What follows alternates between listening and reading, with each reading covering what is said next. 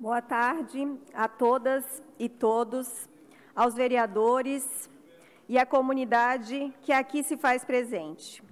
Agradeço o vereador professor Lino Pérez por esse grande expediente de homenagear o jornalismo independente de Florianópolis.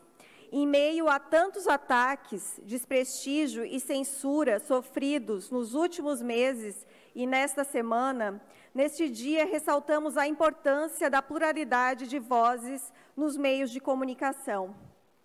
Com isso, agradeço principalmente às e aos jornalistas independentes que constroem a Frente Municipal pela Democratização da Comunicação. Comunicadoras e comunicadores que teimam em desobedecer ao arbítrio dos poderosos coronéis que ditam as regras nessa cidade, estado e país. Jornalistas que perseveram contra a ordem dos supremacistas brancos e masculinos que ainda hoje dominam o mundo. Estamos aqui para lembrar que há dissidências. A lógica predatória do capital e do patriarcado e seus produtos globalizados, como a desigualdade social, o machismo, o racismo, o capacitismo e o ódio às identidades e sexualidades. Opressão que não será suficiente para nos calarem. A cultura de ódio que se instalou neste país de maneira tão explícita tem raízes na ausência de uma formação social e política que deveria construir-se desde as lutas do nosso povo e não no silenciamento dos antepassados. O trabalho constante de desmemória, de imbecilização das mentes, nos coloca todas e todos em posição subordinada e alheias aos nossos legítimos interesses. Por mais de meio século, os oligarcas que detêm os jornais, TVs e rádios nos municípios, estados e país abafam vozes que ameaçam desestruturar o ideário da meritocracia mantenedor do status quo. É passada a hora de democratizar os meios de comunicação para que as tensões sejam explicitadas. Não nos falta potência, porém, nossa precariedade, dada a ausência de financiamento, nos impede de chegar mais longe, de multiplicar nossas vozes. São essas barreiras materiais que dificultam escrever e difundir as tantas histórias e memórias das gentes dessa cidade.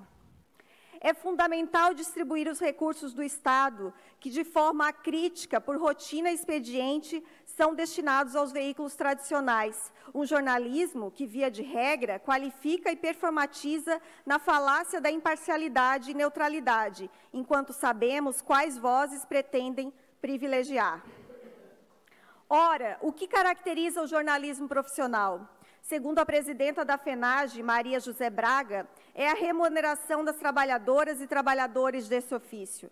Queremos sair a campo, entrevistar, escrever as tantas histórias, analisar os fatos e distribuir esses materiais para muitas gentes. Porque somos ativistas no jornalismo e ativistas do direito a exercer o jornalismo. Mas, para isso, precisamos perguntar: por que os recursos dessa Casa Legislativa Municipal e do Parlamento Estadual não são a nós destinados?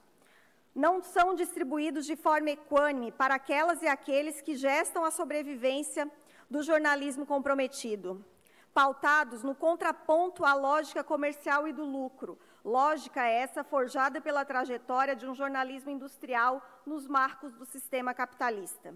A crise do jornalismo é de financiamento. Mas, antes de tudo, é de princípios, de ideário, é de método. Por força de uma prática jornalística entendida como técnica de ouvir os dois lados, tem se dado eco a discursos criminosos, como se fossem meros contrapontos, resultando nessa insanidade colocada hoje no país.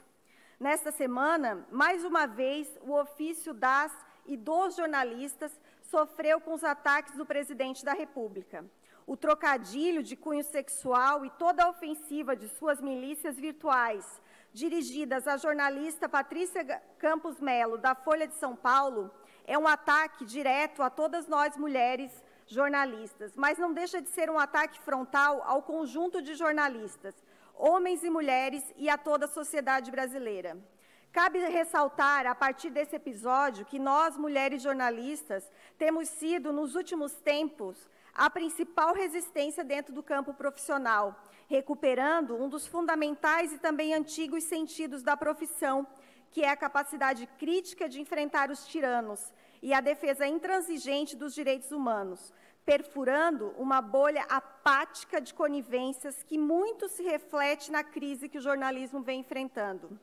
Infelizmente, sabemos que esses ataques não vêm acontecendo somente no Brasil. E a América Latina enfrenta, nos últimos anos, uma ofensiva violenta contra jornalistas, em especial contra mulheres jornalistas, feministas, ativistas e defensoras dos direitos humanos. Mais uma atribuição que surge hoje a partir dos desafios ao jornalismo: articular redes para assegurar nossa proteção.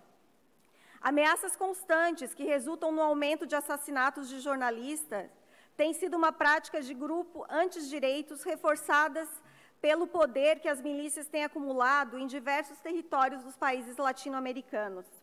Não é o acaso que, desde que Jair Bolsonaro assumiu a presidência da República, passamos a conviver com a materialidade dos nossos piores pesadelos. A cada fala proferida em tom de deboche, exclamamos: agora ele passou dos limites. O que não nos damos conta, talvez, é que quanto mais afirmamos que agora é o limite, mais flexível tornamos a fronteira da violência. Não podemos esquecer que o limite já tinha sido ultrapassado antes mesmo de Bolsonaro vencer as eleições. Não foram poucas as vezes em que o militar demonstrou estar situado ao lado oposto da democracia, destilando seu ódio contra a comunidade LGBTI+, mulheres, indígenas, quilombolas e a população negra. É importante atentarmos para todas as falas de caráter misógino, que, enquanto práticas de violência, autorizam e fomentam mais agressões contra nós, mulheres. A misoginia aos movimentos feministas e às mulheres que ocupam cargos públicos são expressões desse fanatismo patriarcal militante, que retroalimenta a cultura de ódio às mulheres. O resultado concreto disso, o feminicídio que ocorreu na tarde desta última quarta-feira nesta cidade. Helenide Siqueira Fontão, 49 anos, diretora da Escola Estadual Básica Januária Teixeira da Rocha, no bairro Campeche, morreu após ser golpeada com uma faca pelo ex-companheiro, que já responde por processo de agressão contra as mulheres. Além dos casos de feminicídio que têm se destacado na mídia, Santa Catarina ocupa há alguns anos posições de liderança em estupro e tentativa de estupro, o que revela como a cultura do Estado é condescendente com as violências de gênero. Nosso trabalho no Catarinas, portal de jornalismo com perspectiva de gênero, é desvelar as sutilezas presentes no cotidiano e na formação de nossas subjetividades que sustentam essas violências mais históricas e rudimentares contra nossas existências. Para concluir essa fala, que carrega uma enorme responsabilidade nos tempos atuais, nós do Catarinas nos solidarizamos com a família desta vítima de feminicídio, com suas colegas de trabalho, e estendemos esse sentimento a todas as mulheres que, nesse exato instante, são agredidas pelo simples fato de serem mulheres e, por isso, destituídas de sua humanidade. Declaramos apoio às jornalistas feministas e defensoras dos direitos humanos e nos solidarizamos com a repórter Patrícia Campos Melo e com todas e todos os jornalistas e ativistas que têm sido vítimas do ódio.